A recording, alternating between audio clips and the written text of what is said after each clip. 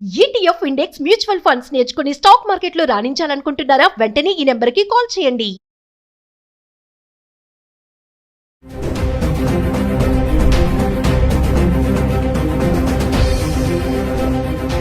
Hi hello నమస్తే, welcome back to Suman T. ప్రస్తుతం మనతో పాటు ఉన్నారు పబ్లిక్ స్పీకర్ రజనీరమ్మ గారు.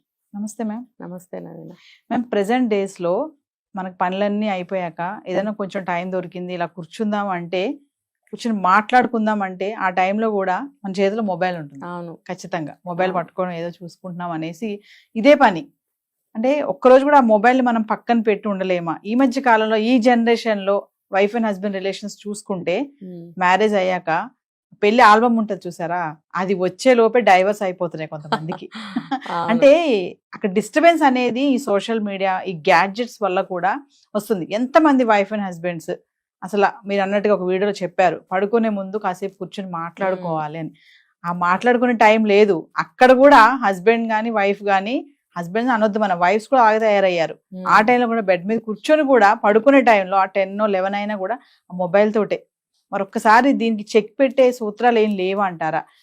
వైఫ్ అండ్ హస్బెండ్ రిలేషన్ అనేది ఎన్నో కారణాల వల్ల కూడా దెబ్బతింటుంది. మరి ఈ గ్యాడ్జెట్స్ వల్ల కూడా దెబ్బతింటుందా అంటే ఒకసారి దాని గురించి. మీరు ఎక్కడికో వెళ్ళిపోయారు. పెళ్లిపీటల మీద అబ్బాయి చేతిలో అమ్మాయి చేతిలో ఫోన్లు ఉండట్లేదా? నిమిషానికి ఒకసారి పక్కన తీసి పెడతారు. చూడట్లేదా? చూస్తున్నారు. Notifications. పెళ్లి జరిగేటప్పుడు కూడా ఏంటండి, ఒకళ్ళనొకళ్ళు చూసుకోవాలి కదా. ఇప్పుడు పాపం ఒక నిమిషం కావాలి పక్కన పెడతారు జీలకర్ర బెల్లం పెట్టినప్పుడు, లేకపోతే అక్కడ కూడా పట్టుకుంటారు. ఎందుకంటే పంతులు చెప్తారు, జీలకర్ర బెల్లం పెట్టినప్పుడు తెర ఒకటి అడ్డం పెడతారు. ఆ తెర తీయంగానే చూపులు కళ్ళు కలిపి చూసుకోమంటారు. చూపులు కలిసిన శుభవేళ అంటారు దాన్ని. అంటే అది ఆచారం పాతది. ఇప్పుడు పెళ్లికి ముందే లవ్వులు చేసుకుంటుంటే ఇంకా తొలి చూపులు ఏంటి, లేకపోతే చూపులు కలిసిన శుభవేళ ఏంటి, అదేం కాదు.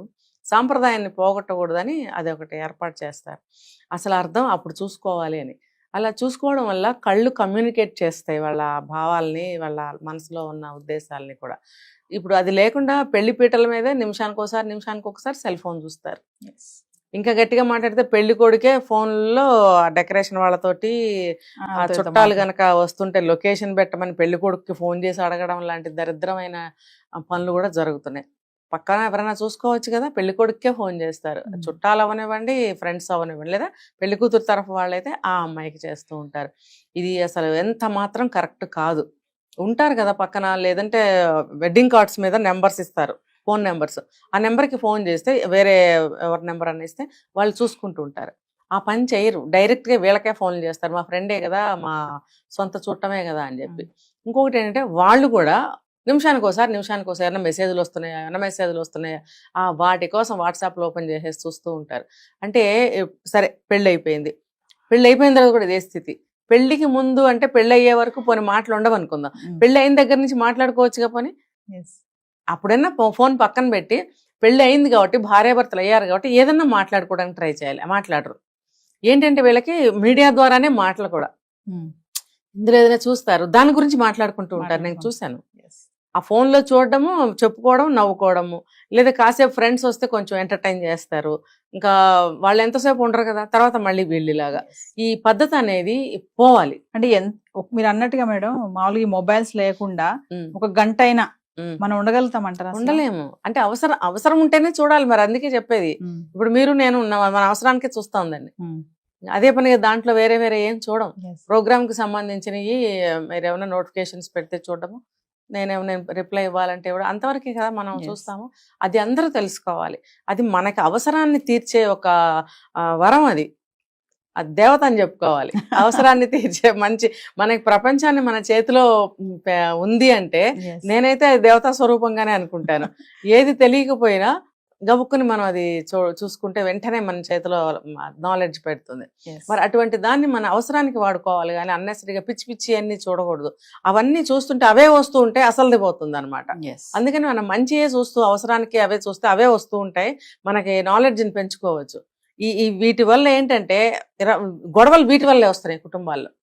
ఏ రిలేషన్ అన్న భార్యాభర్తల వయసు కూడా లేదండి. చిన్న పిల్లల దగ్గర నుంచి ముసలి వాళ్ళ వరకు వీటిల్లో పడిపోయారు. ఇప్పుడు తెలియనివి కూడా తెలుసుకుని మినిమం వాళ్ళకి ఎంతవరకు అవి వాట్సాప్లని మెసేజ్లని ఇంతవరకు ఫోటోలని ఇలాంటివి నేర్చుకుని వాళ్ళు కూడా అందులో మునిగిపోతున్నారు. మేడం ఈ మొబైల్స్ గ్యాడ్జెట్స్ వల్ల కూడా వైఫ్ అండ్ హస్బెండ్ మధ్యలో గొడవలు అవుతున్నాయంటే రీజన్స్ ఉన్నాయంటారు ఖచ్చితంగా. ఖచ్చితంగా. మీరు ఒక విషయం మర్చిపోతున్నారు. ఇప్పుడు వచ్చే గొడవలు కంప్లీట్ గా ఆ పాతకాలంలో వచ్చే గొడవలు లాంటివి కానే కాదు, ఇలాంటివే. పాతకాలంలో గొడవలు మామూలుగా కుటుంబం గురించి కానీ, భర్త చెడు తిరుగుళ్ళు తిరిగినా, భార్య తప్పులు చేసినా, పిల్లల గొడవలు వచ్చినా, చుట్టాల గొడవలు వచ్చినా వాటి గురించి ఉండేవి గొడవలు. ఇప్పుడేంటి ఖచ్చితంగా ఇది ఈ సెల్ ఫోన్ వల్లే వస్తున్నాయి గొడవలు.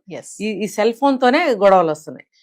ఏంటి ఒక కాసేపు కాదు, కొంచెం సేపు కాదు, 24 గంటలు ఫోన్లోనే ఉంటున్నారు పెద్దవాళ్ళు కూడా. నేను చెప్తున్నా, ప్రతి ఇంట్లో ఈ సమస్య ముఖ్యంగా ఆడవాళ్ళు ఎదుర్కొంటున్నారు మగవాళ్ళ గురించి. ఏం చేయాలి మరి మేము కూర్చుని ఖాళీగా అంటారు. ఏంటి ఏం చేయాలి, ఇంట్లో తిరగచ్చుగా, ఇంట్లో అటు ఇటు తిరగచ్చుగా, ఆడవాళ్ళు తిరగట్లేదా ఇంట్లో? ఆ పని ఈ పని ఈ పని పని తిరుగుతున్నారుగా, మీరెందుకు ఖాళీగా కూర్చోవాలి? ఇప్పుడు సాఫ్ట్వేర్ జాబ్స్ అయినా సరే అదే పనిగా చైర్లో కూర్చుంటే వాళ్ళు ఫ్యాట్ అయిపోవడము, వేరే వేరే హెల్త్ ప్రాబ్లమ్స్ రావడం జరుగుతున్నాయి కదా. ఎన్ని ప్రాబ్లమ్స్ వస్తున్నాయో అందరికీ తెలుసు. ఒక్కటి కాదు, ఒబేసిటీ ఏంటి, కొలెస్ట్రాల్ ఏంటి, ఇంకోటి ఏంటి, అసలు ఒళ్ళు బద్ధకం వచ్చేసి ఒళ్ళు పెరిగిపోయి ఐడిల్గా అయిపోతున్నారు. అసలు బుర్ర కూడా మందం అయిపోతుంది. ఇంకా వారు దేని మీద ఉండదు, ఆ సిస్టమ్ ఉంది, సిస్టమ్ పని చేసుకుంటూ ఉంటారు అంతే. ఇంకా లేగవరు, మధ్యలో ఫోన్ చూసుకుంటూ ఉంటారు. ఒకవేళ జాబ్ అవర్స్ అయిపోతే కూడా ఇంకా దీంట్లో వేరే ఎందుకంటే మాకు కొంచెం రిలీఫ్ కావాలి, రిలాక్సేషన్ కావాలి, ఎంటర్టైన్మెంట్ కావాలి అని మొదలు పెడతారు. అదేంటంటే రేగి చెట్టు కింద గుడ్డివాడు అని ఒక కథ ఉంది. ఒక చిన్న కథ చెప్తా. ఒక గుడ్డివాడు ఉన్నాడు. అందరూ బాగా తిరుగుతున్నారు, నవ్వుకుంటున్నారు, మాట్లాడుకుంటున్నారు, అటు వెళ్తున్నారు ఇటు వెళ్తున్నారు, మాటలు చెప్పుకుంటున్నారు, నవ్వుకుంటున్నారు. పాపం ఈ అబ్బాయికి ఏం కనపడదు. ఒక చోట కూర్చోబెడతారు. ఇది ఎప్పుడు పాతకాలం కదా కాబట్టి ఓ పక్కన కూర్చోబెడతారు. కూర్చోబెట్టినప్పుడు అతను ఏం చేయాలో తెలీదు, ఎవరి మాటలు వినపడవు. ఒక చోట కూర్చుంటే ఎక్కడో ఉంటారు వాళ్ళు నవ్వుకుంటున్నారా, తింటున్నారా, తాగుతున్నారా, తిరుగుతున్నారా, ఆడుకుంటున్నారా, పాపం ఈ అబ్బాయికి ఏమీ తెలియదు. అప్పుడు ఒకసారి చెప్పాడంట, నాకు ఏమీ తోచడం లేదు, నాకు ఏం మాటలు వినపడట్లేదు, ఏమి తెలియటం లేదు, మీరు అందరు ఎక్కడ ఉంటున్నారు అని అడిగితే వెటకారంగా అన్నమాట. వెటకారంగా ఏం చేశారు, ఆ ఒక వ్యక్తి నువ్వు ఒక పని చేయని చెప్పి తీసుకొచ్చి ఒక రేగి చెట్టు కింద కూర్చోబెట్టాడట. ఆ కొమ్మలు ఉంటాయి కదా, ముళ్ళుతో ఉంటాయి కదా, అది ఇట్లా గాలికి ఇట్లా కదిలినప్పుడల్లా కొంచెం ఇట్లా తగులుతుంది. కొంచెం దూరంగా కూర్చోబెట్టి ఉండొచ్చు, మరీ గీరుకుంటే రక్తం వస్తుంది కదా. జస్ట్ ఆ కొమ్మ తగిలేటట్టుగా కూర్చోబెట్టి అది గాలికి ఎప్పుడైతే ఇట్లా కొమ్మ కదులుతుందో అప్పుడు నీకు ఇట్లా టచ్ అయినప్పుడల్లా నువ్వు నవ్వుతూ ఉండు అని చెప్పారంట. పాపం నిజమే అనుకుని, అమాయకత్వం అయిన రోజులు కదా, నిజమే అనుకుని గాలి వీచినప్పుడల్లా కొమ్మ కదిలి ఇట్లా రాచుకుని వెళ్ళినప్పుడల్లా ఓహో వీళ్ళందరూ ఎక్కడ నవ్వుకుంటున్నారు, ఏదో సరదాలో ఉన్నారంటే కనపడదు కదా అని చెప్పి తను కూడా నవ్వటం మొదలుపెట్టాడు. అలా ఎంతోసేపు అనమాట. అంటే ఆ భ్రమ మాయాలో ఉంచేసి వీళ్ళ పని వీళ్ళు. అలాగా వీళ్ళు కూడా ఏంటంటే ఒక్కట్లే సెల్ ఫోన్ పెట్టేసుకుని ఇలాగా రేగి చెట్టు కింద గుడ్డివాళ్ళలాగా నవ్వుకుంటూ ఉంటారు. అంటే అక్కడ ఒక్కళ్ళే ఉన్నాను, నేను ఇవేవో చూసుకుంటూ నవ్వుకుంటున్నాను, ఇంకా కుటుంబం ఉంది, నేను ఏం మాయలో ఉన్నాను అని తెలుసుకో. అతను రేగి చెట్టు కింద కూర్చున్నాడంటే అతను గుడ్డివాడు కాబట్టి అది వేరే విషయం. నువ్వేంటి కళ్ళు కాళ్ళు అన్నీ ఉన్నవాడివి, నువ్వు లెగవాలి, తిరగాలి, మాట్లాడాలి, ఇంట్లోకి ఏమైనా వస్తువు కావాలని అడగాలి, అవసరం లేకపోయినా అడగాలి, అంటే కొంచెం మాట్లాడటం, లేకపోతే మాట్లాడటం మర్చిపోతారు. ఇప్పటికే మన తెలుగు అంతరించిపోయింది. చాలా మందికి తెలుగు తెలీదు, వాళ్ళ రీజనల్ తెలుగు అనేది ఉంటుంది, ఏ స్టేట్ అయినా ఏ జిల్లా అయినా ఆ లాంగ్వేజ్ని మర్చిపోతున్నారు. ఏదోదో మాట్లాడేస్తుంటారు, మిక్స్ చేసేసి లాంగ్వేజ్ని, లేదంటే ఇంగ్లీష్లో మాట్లాడుకుంటారు. అలా మాట్లాడుతూ ఉంటే ఇంట్లో మన చెప్తారు పడికట్టు మాటలు అంటారు కదా, అంటే మన ఇంట్లో అలవాటు ఉన్న మాటలు, మన ప్రాంతానికి సంబంధించిన మాటలు ఉంటాయి. అవి మనం ఒకరితో ఒకళ్ళు మాట్లాడుకుంటూ ఉంటే ఆ మాటలు రిపీటెడ్గా తిరుగుతూ ఉంటే ఆ భాష బ్రతికి ఉంటుంది అనమాట. ఇంకొకటి ఏంటంటే మనం అలా మాట్లాడుకోవటం వల్ల మన ఫీలింగ్స్ని చాలా బాగా కన్వే చేయగలుగుతాం కూడా. అలా అనమాట. అది పోయింది. నేను చెప్పేది ఏంటంటే ఇలా ఇంట్లో తిరుగుతూ ఉండండి, ఏదో ఒకటి మాట్లాడుతూ ఉండండి, అప్పుడు ఇంట్లో వాళ్ళకి కమ్యూనికేషన్ బాగుంటుంది. ఇంకా చెప్పాలంటే వాళ్ళ రిలేషన్స్ బాగుంటాయి, ఏదైనా ఒక విషయం గురించి షేర్ చేసుకున్న వాళ్ళు అవుతారు. మరి ఒక పని ఏదైనా చెయ్యాలి అంటే షేర్ చేసుకోవటం ద్వారా మనం ఓకే అని ఒక డెసిషన్ తీసుకోవడానికి బాగుంటుంది, అన్ని విధాలా బాగుంటుంది. అంటే మనకి ఏదైనా సమయం దొరికింది అంటే కొంచెం మన వాళ్ళతో మాట్లాడాలి. ఖచ్చితంగా. కూర్చొని. ఆ టైంలో కూడా మనం మొబైల్ పట్టుకుని ఆ, టైం దొరికింది కదా కాసేపు మొబైల్ చూద్దాం అనుకోకుండా దాన్ని కొంచెం పక్కన పడేస్తే ఉమ్, షేర్ చేసుకోవాలి. వైఫ్ అండ్ Share హస్బెండే గానీ అవును. పిల్లలతో గానీ పేరెంట్స్ గానీ ఎవరైనా సరే. అవును. ఇంకొకటి కాస్తంత ఖాళీ దొరికితే ప్రతి ఇంట్లో ఒక హాలో ఒక బాల్కనీ ఏడుస్తుంది కదా, కూర్చుని కాసేపు 2 నిమిషాలు ఏమంటారు నేచర్ని నేచర్ని కూడా మనం కొంచెం ఆస్వాదించాలి. అది ఎండ అవనివ్వండి, వేడి అవనండి, చల్ల అవనివ్వండి, వర్షం అవనండి, కాసేపు కూర్చుంటే అది ఏంటంటే ప్రశాంతమైనటువంటి ఒక ఫీలింగ్ బ్రెయిన్ లోకి Yes. వెళ్తుంది. ఎండాకాలం అయినా సరే ఏముంది, కూర్చోండి ఇద్దరు కాసేపు ఎక్కడో చోట కూర్చోండి, ఇంట్లోనో బాల్కనీలో కూర్చొని ఒక 15 నిమిషాలు 20 నిమిషాలు కూర్చోండి. ఏదో ఒకటి ఎవరో ఒకరు కనిపిస్తుంటారు, 2 మాటలు అలా మాట్లాడుకోవచ్చు కదా.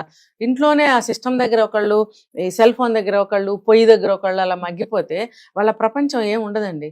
అసలు మనకి మన మానసికమైనటువంటి భావాలు కట్ అయిపోతాయి, తర్వాత మన ఆలోచనలు కట్ అయిపోతాయి, సంబంధాలు కట్ అయిపోతాయి, అన్నిటికీ రీజన్ అన్నమాట అది. ఇప్పుడు మొన్న ఒక జోక్ కూడా మనం చూసాం ఒక చోట, భర్త ఎప్పుడు చూసినా సెల్ ఫోన్ చూస్తున్నాడు అని చెప్పి లాక్కుని టీవీకి వేసి కొట్టింది, 2 పోయాయి. అంటే అడుగుతుంది అడుగుతుంది అడుగుతుంది ఎంతసేపటికి మాట్లాడి, ఇంకొక ఆవిడ ఆ సిస్టమ్ తీసుకెళ్లి అవతల పారేస్తే అప్పుడు కానీ లేచి రాలేదు. అంటే ఆ భార్యకి ఎందుకు కోపం వస్తుంది, ఆ వచ్చిన కోపంలో రీజన్ ఉందా లేదా, న్యాయం ఉందా లేదా అని ఆలోచించగలగాలి. నా ల్యాప్టాప్ తీసేస్తావా, నా ఫోన్ తీసేస్తావా అని చెప్పి తిరగబడి కొట్టడం, లేకపోతే హత్యలకు వెళ్ళిపోతున్నాయి అలాంటి కోపాలు. ఇవన్నీ కాదు, ఎవరికి వాళ్ళు అర్థం చేసుకోండి. సిస్టమ్ దగ్గర ఎంతసేపు ఉండాలి, సెల్ ఫోన్తో ఎంతసేపు ఉండాలి, ఇంట్లో వ్యక్తులతో ఎంతసేపు, భార్యే కాదండి ఫ్యామిలీ ఉండదా, పిల్లలు ఉండరా, పిల్లలు ఇంతోళ్ళు ఉండొచ్చు అంతోళ్ళు ఉండొచ్చు, డిగ్రీలకు వచ్చిన వాళ్ళు ఉండొచ్చు. మరి ఫ్యామిలీ అయిన తర్వాత ఎలా ఉండాలి బాండ్, నలుగురు చేతిలో 4 ఫోన్లు ఉంటాయి. నేను ఈరోజు మార్నింగే చూశాను, మా ఇంటి పక్కనే ఎక్కారు కారు, ఎక్కి ఇంకా ఇంత దూరం కూడా రాలేదు, ఒక 10 అడుగులు, అక్కడ ఒక 7-8 ఏళ్ల పిల్లాడు కూర్చున్నాడు ఫ్రంట్ సీట్ లో. అక్కడ ఇల్లు ఎంత దూరం ఉందంటే రోడ్డు మీదకి వచ్చి ఇంకా 1/2 సెకండ్ కూడా కాలేదు, సెల్ ఫోన్ ఓపెన్ చేసేసి చూసేస్తున్నాడు. పక్కనే ఫాదర్ ఉండొచ్చు డ్రైవింగ్ సీట్ లో. మరి ఎందుకు ఎలా చేస్తున్నారు? ఆ పిల్లాన్ని రోడ్డు మీద చూడరా బాబు, ఆ ట్రీ చూడు, ట్రీ మీద ఫ్లవర్స్ చూడు, లేదా పక్షులు ఉంటాయి చూడు, రోడ్డు మీద కుక్క ఎదురు కనిపిస్తుంది చూడు, పిల్లి కనిపిస్తుంది చూడు, అక్కడ టెంపుల్ ఉంది, పూజారి వస్తున్నారు, అవన్నీ వాతావరణంలో ఉండేవి, అవన్నీ కూడా ప్రకృతిలో. అవన్నీ ఎందుకు చూడమని ఎందుకు చెప్పరు? ఒక లాక్కుని జేబులో పెట్టుకోలేడు ఆయన, ఫోన్ ఎందుకు ఇచ్చినట్టు?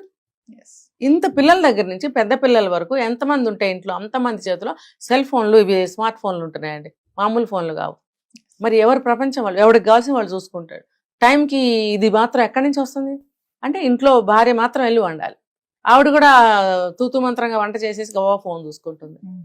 దీనివల్ల ఏమవుతుందంటే మానవ సంబంధాలు, కుటుంబ సంబంధాలు తెగిపోతాయి. తర్వాత మానసికంగా వాళ్ళు కుంగిపోతూ ఉంటారు, ప్రేమలకి నోచుకోరు, వ్యవహారాలు నాశనం అయిపోతాయి, అన్ని ఆర్టిఫిషియల్ గా జరిగిపోతుంటాయి, అంతే మెకానికల్ గా. Thank you.